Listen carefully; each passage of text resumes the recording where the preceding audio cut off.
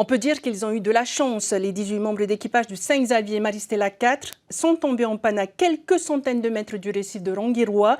Une météo favorable a empêché la goélette victime d'une avarie moteur de s'échouer sur le récif. Et le Marois, remorqueur de la Marine nationale, a pu porter secours à l'équipage du cargo. Le récit de ce sauvetage en haute mer d'exception, il est signé Laure Philibert. Samedi 6 février, 18h, après avoir quitté Ronguiroa 1 heure plus tôt, le Saint-Xavier Maristella 4 fait route vers Apataki, les cales pleines, lorsqu'il est victime d'une avarie moteur. Le moteur s'est arrêté brusquement, il y a eu un blackout. Et on n'était pas loin des côtes, on était à 2 nautiques 5 des côtes. Et donc on avait un vent qui nous poussait vers les côtes. Et donc à ce moment-là, je suis descendu à la machine, j'ai demandé au chef mécanicien qu'est-ce qui s'est passé. Donc il me disait qu'il y avait quelque chose de grave qui est arrivé au moteur. La première chose qu'on a fait, c'est qu'on a mis nos barges à l'eau pour qu'ils nous poussent vers l'extérieur plutôt.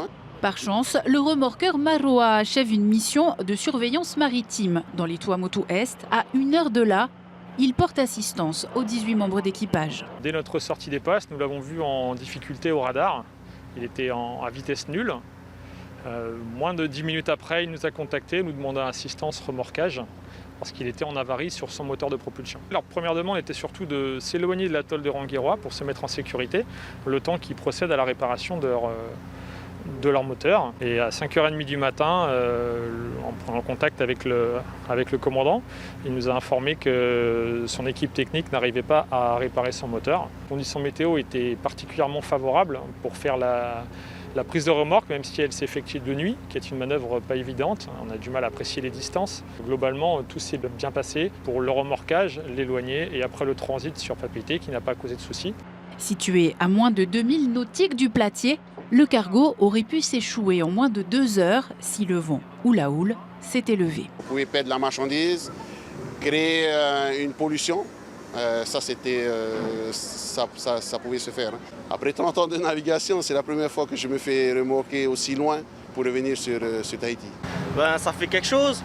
Le fait qu'on arrive presque au pas, il nous remet ici. Pour nous, on a accompli notre mission et c'est ce qui vaut le fait qu'on part en mission comme ça. J'ai le sentiment de devoir accompli, l'aide aux personnes. Parce que nous, un jour, on peut être aussi dans le même pétrin qu'eux. Et on est bien content que quelqu'un nous remorque jusqu'à notre point de base. Ramené à bon port à la mi-journée avec le concours des remorqueurs du port autonome, le cargo fait l'objet de réparations qui pourraient durer plusieurs jours.